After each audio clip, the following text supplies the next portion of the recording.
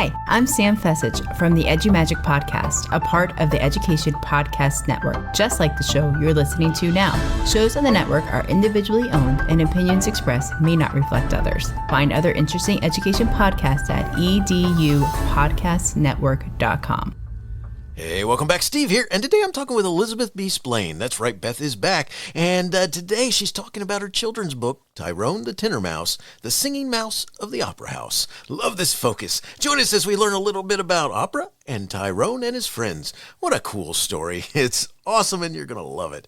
By the way, before you go, it'd be so cool if you took a minute to help me out with the podcast, and there's a couple ways you could do this. One is you could tell a friend about Teaching, Learning, Leading K-12 and share the links with them. How about that? Another way would be to go to my website and leave a review and subscribe. What do you think? And finally, what about this? You could click on the link on my website homepage to buy me a coffee, and this is the way you could donate $1 or $2 to help me address the costs associated with producing the podcast.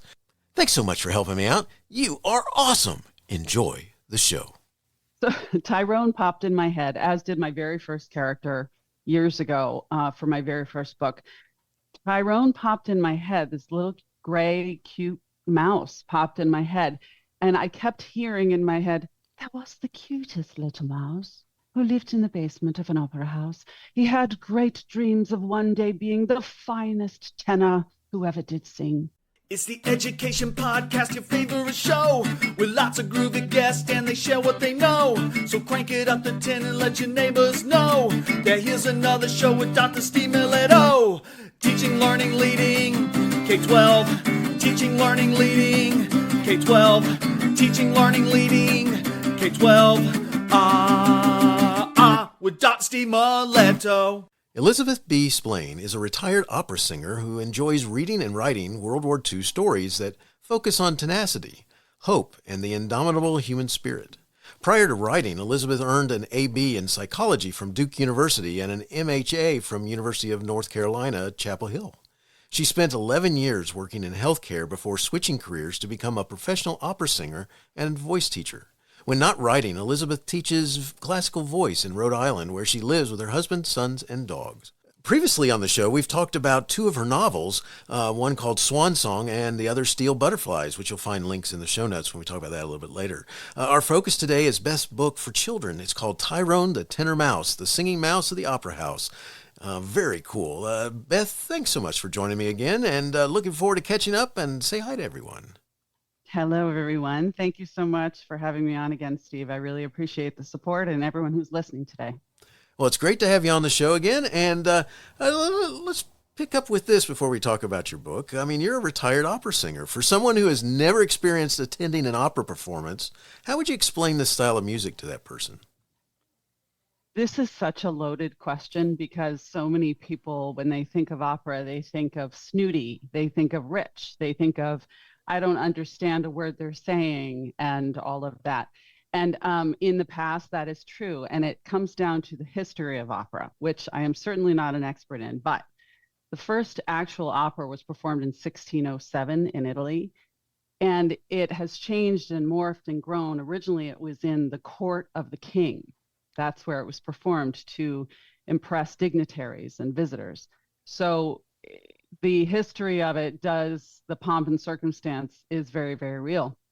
And when opera first came to the United States in the 19th century, it was not well received. And because people couldn't understand it, even though words were printed in the bulletin, et cetera, et cetera. So this is how I explain opera.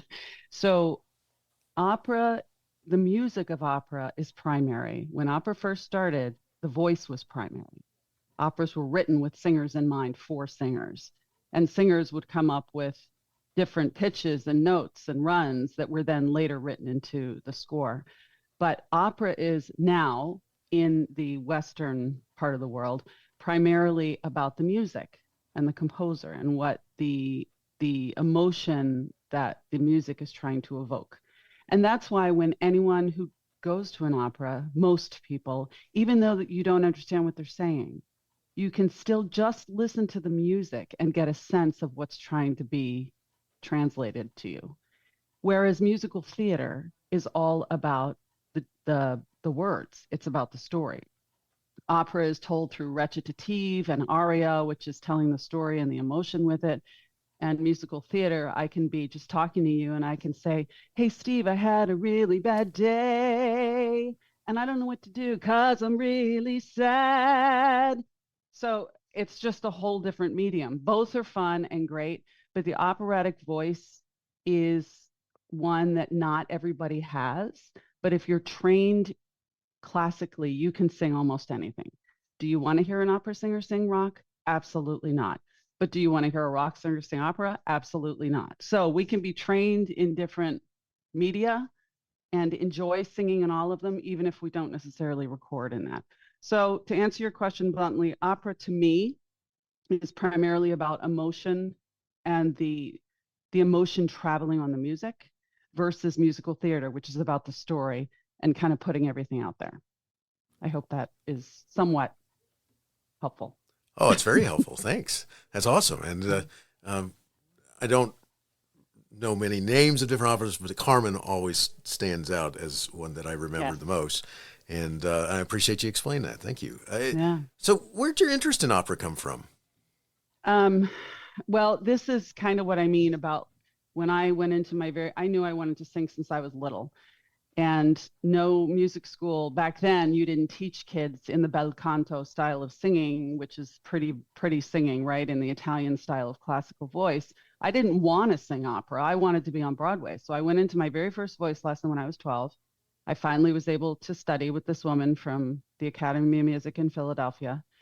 And I had my Broadway book and I slapped it down on the piano. I was 12 and she said, literally, she wore a surgical mask, which is ironic because now we're all wearing surgical masks, or we did. But because she didn't want to get sick, a lot of opera singers used to do that, probably still do. And she said, what is that? And I said, oh, it's my Broadway book. I want to be Annie, the sun will come out, and burst into song at 12 years old. And she put her hand on her chest and she drew herself up to her very tall height and said, we do not sing Broadway in my studio. And I said, we don't? And she said, no. And I said, what do we sing? And she said, we sing opera. And I imitated her. I put my hand on my chest and I said, what is opera? Like that. And my mother put her head down because she was so embarrassed. And my teacher started laughing. And she said, let me show you. And she had me singing in French that day before I ever studied the language. She started me off with one of the hardest languages to sing in for a whole bunch of reasons. And I ended up studying French for 10 years because I loved it so much. Obviously, other languages too. But she was the one. And at the end of my first lesson, she said, she's going to be a mezzo soprano. She can really do this, if she wants to, and she has to work hard, blah, blah, blah. And so I did that for a couple of years, and it's just kind of where my voice fit. Looking back, it's where my voice fit. Even now, when I sing Broadway stuff, and it's super fun, but my soul and how my voice feels most comfortable is in an operatic sound. And when I first started teaching, I looked back and I thought, how did she know that? And now that I've been teaching for 20 years, someone walks through my door in the first 5 minutes, I'm thinking, okay, this person could do it. Now I get it. And it's not a matter of how hard you work, but it's just a type of voice. And all voices can be cultivated. People come in with an idea in their head of what they want to be and how they want to sound. But the reality is you have to find your own sound, just like we all have to kind of find our way in the world. And kids have to find their way through social situations, which is part of what Tyrone is about. Very cool. Thank you. Thanks for explaining that. Yeah. And what an interesting experience at 12. Yes, it was. I mean, I had no idea what I was in for. I literally had no idea about opera. There was no music in my family. I didn't have a piano for years. My dad would play some gospel, The Mighty Clouds of Joy, still love them. And he would play some bluegrass, but really there was no music. They didn't know where I came from. Like they really didn't know what to do with me because I just came out singing and that was it. So. Nice. All right. So do you have a favorite opera or part to sing in an opera performance? Something that you like? Well, it's funny because I've played Carmen, and that's a super fun role to play. I played opposite a guy who was handpicked by Placido Domingo from his restaurant in Mexico. He was handpicked to come and play this role. Wow. So that was an experience.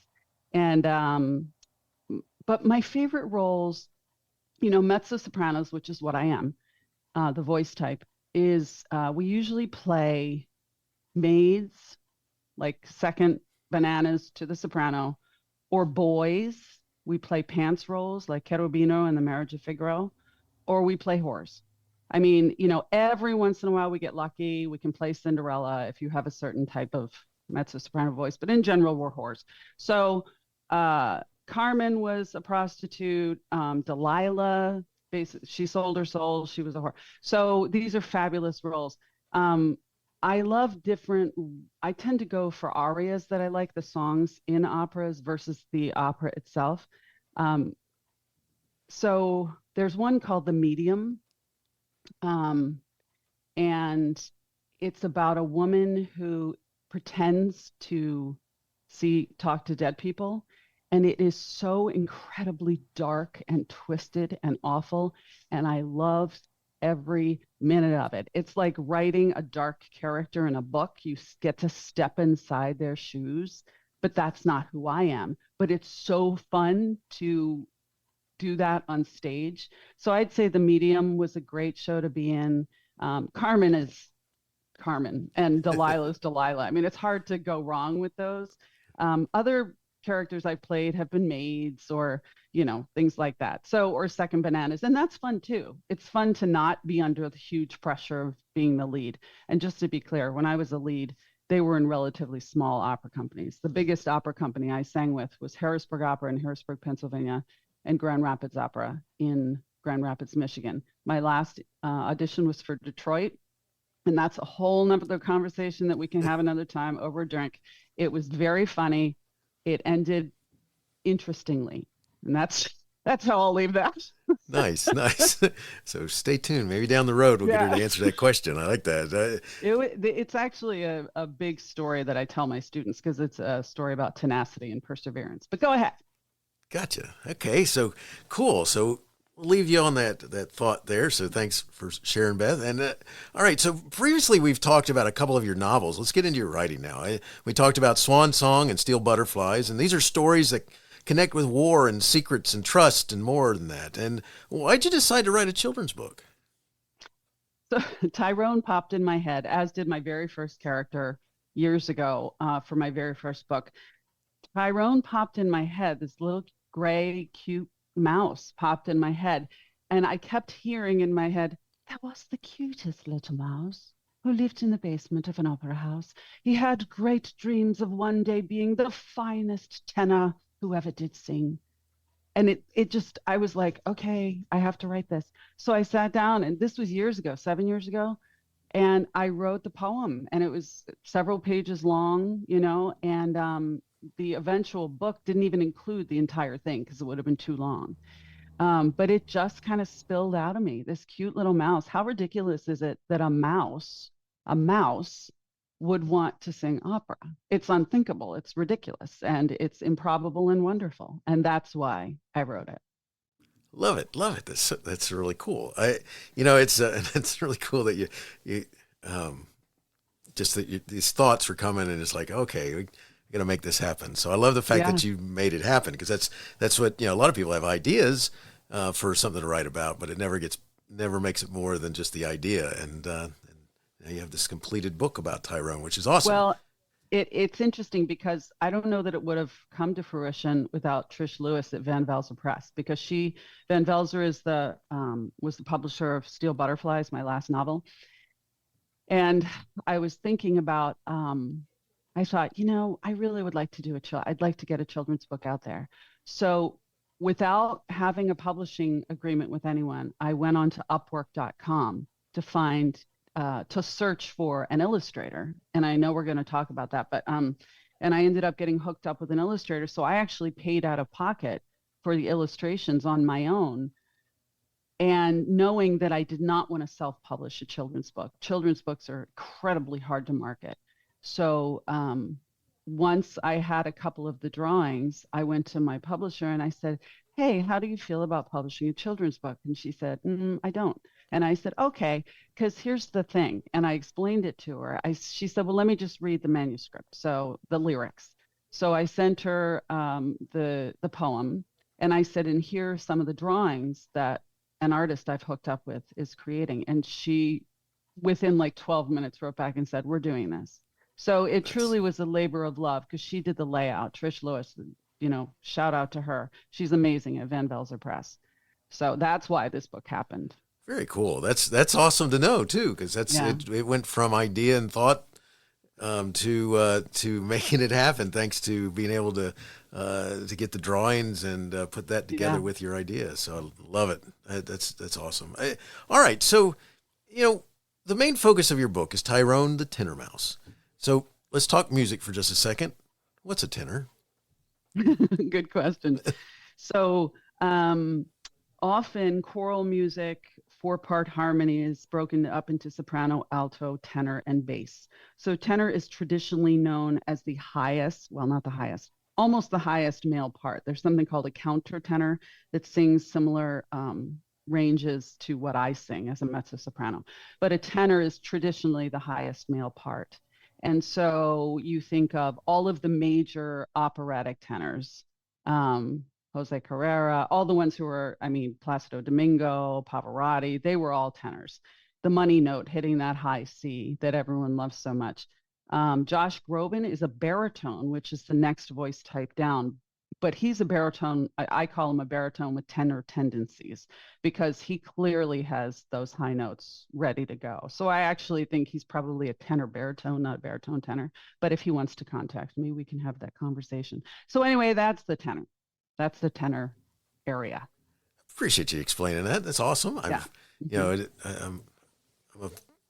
played trumpet, been around for a while and all that, and and I've always and I've had people try to see if I could sing, but we may have to test that, Mr. Steve. Yeah, there's a reason why I stuck with the trumpet. All right, but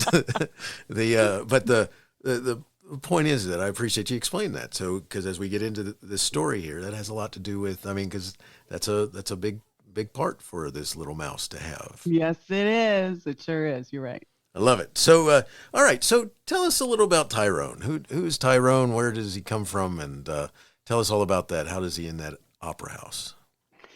So Tyrone lives in the basement of an opera house with all of his mice friends, all of whom, and he has a secret dream. He wants to be a tenor. He wants to be the lead on stage. He wants to be the hero. So he secretly rehearses with Roland Lamour, who is the lead tenor in the opera house. His name is Roland Lamour. And so he secretly watches him from the wings every night. And he sings his part and he falls asleep singing every night. And he dries out his throat. He sings so much and he wakes up and he does it again because he just loves the opera so much and he so desperately wants to be in the limelight.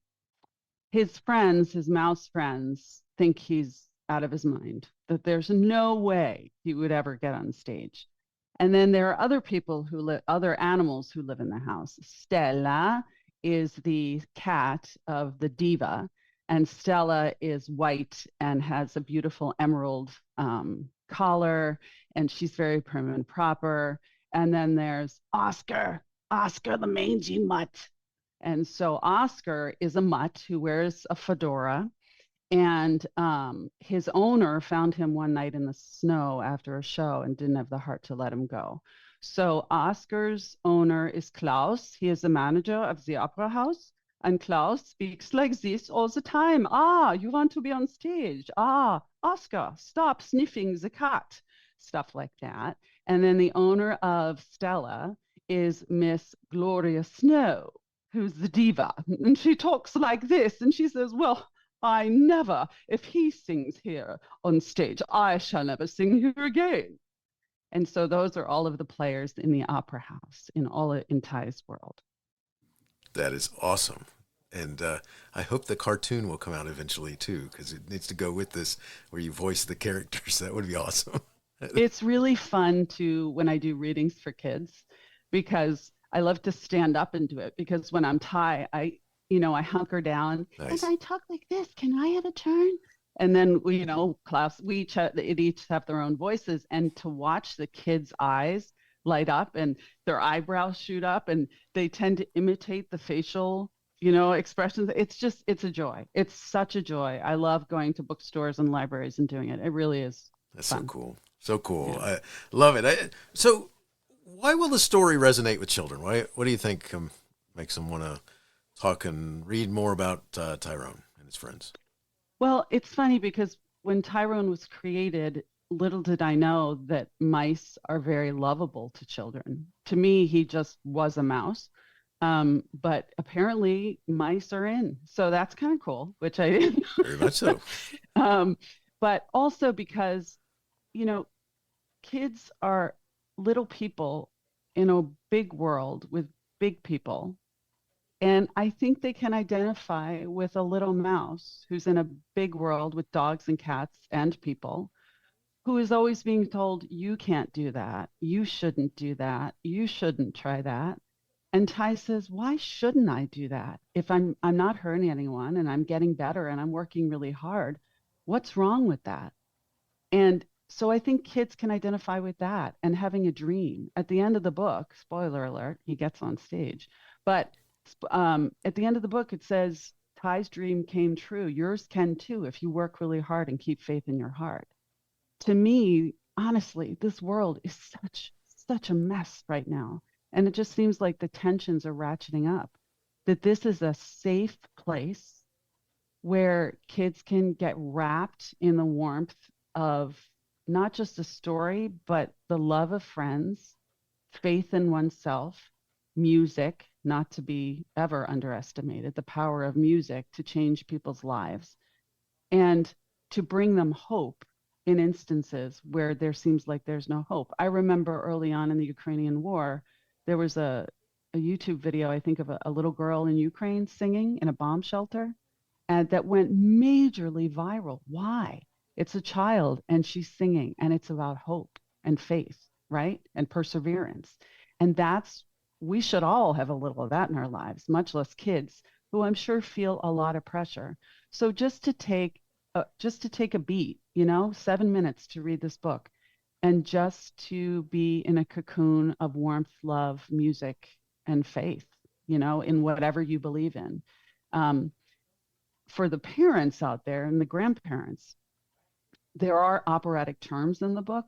And so when I first wrote the book, one of the things that Trish at Van Velzer said, she said, make sure you're cognizant of the fact that these are going to be 5-year-olds, And so I went back through and I changed some words, and then I did a glossary at the end of the book and put in real life terms what each of the words that stand out that someone may not know. So there's a glossary there. So kids who were a little older, if you read this book to your newborn, great. But as they grow up, if it becomes a favorite, they're going to learn something along the way, as will the adults, quite frankly, who perhaps aren't familiar with opera. Love it. Love it. That's awesome. One of the things that I believe is part of Tyrone's life are his friends. Can you talk a little bit about what role his friends play? Yeah. Oscar the mangy mutt is always his friend and always supportive of Ty's dreams. Stella is a cat. So she's always taking care of Miss Gloria Snow, her charge, hissing throughout the day with anyone who gets in the diva's way. But as Ty is offered a chance to get on stage and Gloria Snow turns up her nose at the idea, really dismisses him, Stella says to her, oh, no, you don't understand. He's better than you. You should want to sing with him. So Stella has this change of heart where, cat versus mouse, all of a sudden the cat is in favor of the mouse being on stage. And as Miss Gloria Snow says, well, I never, like that, Ty is hugging Stella the cat. So it's a story of understanding who's important in your life, and that just because someone is nasty in the beginning doesn't mean you should give up on them, because perhaps it's their issue, not yours, and that they'll come around. Love it. Love it. That is awesome. All right. So earlier you alluded to the conversation about an illustrator. Your your book was illustrated by Maria Stepanova. What was it like to work with an illustrator, and how'd you find her? So as I mentioned earlier, I went to Upwork.com. That was a fluke how I found out about that. But Upwork.com is a fabulous site where artists of all genres offer their services. And so you can describe what you'd like to be done, and then artists will bid on it. And so I reviewed a bunch of illustrators' works, and Maria's stood out as really what I wanted my characters to look like. They were bright. They were very modern. The original vision I had of Tyrone was actually different than what Maria sent me initially. And when I first saw it, I literally went, no, nope. And then I put it away and I brought it out again 2 days later, and I looked at it again and I thought, yeah, this is Tyrone. So that was an interesting journey for me too. It was much more modern, much more vibrant than I had anticipated. So I sent out my, request, and Maria responded immediately, which was great. And I told her my budget, which was very, very low. And she said, "Oh, that's very low." And I said, "I understand if you don't want to do it. I understand." And she said, "Will you send me the manuscript?" So I sent it to her, the whole thing, because that's a trust thing. She could have taken that, Right. but I trusted and I sent it. And she wrote back and she said, "I absolutely want to be on this project," which was really touching to me. Like, she believed in the project. So even though we never spoke on the phone, we can only communicate through Upwork, and she is in Ukraine. So we started the project when the war was already raging, and I wouldn't hear from her for up to 2 weeks. And I was very careful not to ask about the war. I made allusion to it in one email, and she was very cagey. So I decided, this, one, it's not my business, and two, as long as she's safe. And she said, I can only check emails so often. So I would go 2 to 3 weeks without hearing from her. So it took a long time to go back and forth with the illustrations. But finally we got it done. And I sent her a copy of the book. I said, "Are you going to be able to receive this? Are you able to receive any mail?" And she said, "There's one place where we can receive mail." I mean, it's insane what's happening. And I have not heard from her since. And I'm not going to lie, I was a little worried. I sent another note saying, "Just making sure you received the book," and she never responded.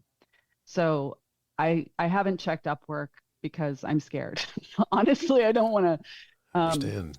But she was amazing to work with. She went I contracted with her for 16 drawings, and I think I ended up with like 30. Wow. Just because we had to rework them to make them go across pages as a full spread, or she was remarkable, truly remarkable, not to mention being in the middle of a war. I can't imagine. That's something else, and I do hope that she is well. So Me too. Awesome. They're awesome drawings, and it's really cool that she's made Ty come alive. So she did. She absolutely did. And my kids got me for Christmas a I think 16-inch stuffed tie. Nice. Which went to the wrong address, so we never saw it. But the thought was there. I was all excited to get it. But somewhere in the world, there's a Tyrone the Tenor Mouse floating around, and hopefully whoever has it is enjoying it very much. Someday. It will either make its way back or time exactly. for or not. The second try. But you know what? If it goes to a kid, if a kid opens it and loves it, and then one day, who knows, mom might be, or dad might be online and be like, "Hey, wow, there's a book that looks like your stuffed animal." That would be really awesome. So you never know. That would be awesome. I like that. I like that a lot. That's funny. Well, hopefully Tyrone finds his way back, or there's a second chapter to that. I was going to say, that's a great story too. Yeah. Yes, nice. It is. Adventures. You can be my co-author in that. There we go. Thanks. Good stuff. Beth, we're getting close to finishing up here, and I'm going to ask you this question because of what you just said. You got any thoughts about it? Further adventures of?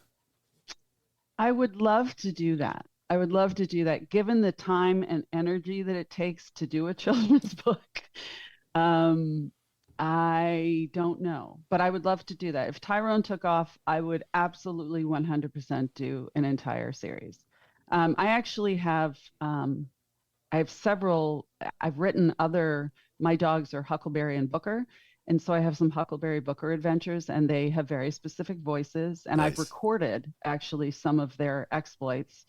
And that is also something I've thought about. And that would be great to make that happen too. It just takes getting hooked onto, a publisher who's going to go all out on this. So we'll see.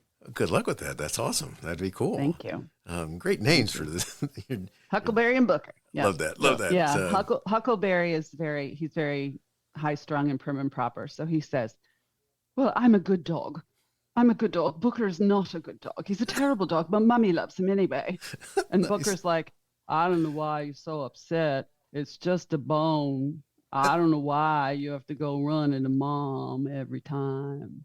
So they're very, very different. Nice. Kind of Nice. fun. I like that. Good luck on that. That would be an awesome series right there. That would be good stuff. Beth, if someone wanted to learn more, get a copy of your book, or reach out to you, where would you send them? Well, website is first, ElizabethSplaineAuthor.com. Like you got some splaining to do, Lucy. So ElizabethSplaineAuthor.com is a great way to reach me. You can get my books on Amazon, or you can go into any local bookshop in order to support the local bookstores and ask them to order any of my books once you identify them on my website.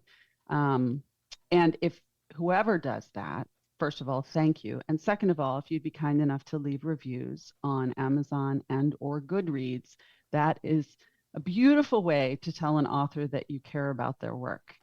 So, and I just found out recently, Santa Fe Opera, which is a major opera company in the United States, has ordered the special Opera House edition of Tyrone the Tenor Mouse for their opera house. Nice. So books were printed with their logo inside specifically, and they will be sold in their Opera House store. So if you happen to be in Santa Fe, run to the Santa Fe Opera House. Very nice. And other opera houses are considering purchasing them for their stores and or using them in opera outreach for kids, including Houston Opera, Austin, Seattle, and Atlanta. So it's kind of cool that Tyrone is making the rounds throughout the United States. So That's very cool. Congrats on that. That's awesome. What a nice niche that you Thank found you. there. Love that. Yeah, it was fun. I mean, it is a niche. Kids and music go together like peas and carrots as far as I'm concerned. So it's easy and it's fun and a joy all the time. Very cool. Awesome. Good stuff, and I wish you the best with that. And I one last question I want to ask you, which actually just has to do with writing, that I wanted to make sure that I asked you this question before we go. If you had a chance to talk with an audience of new writers, what advice would you give them about starting and finishing a book? It's such a burden, isn't it, to have an idea and not know what to do with it. Yes. I hear this, as you can imagine, as I'm sure you do when you talk to other writers all the time. People say, oh, my daughter's writing a book. Oh, my son's been writing a book for 7 years.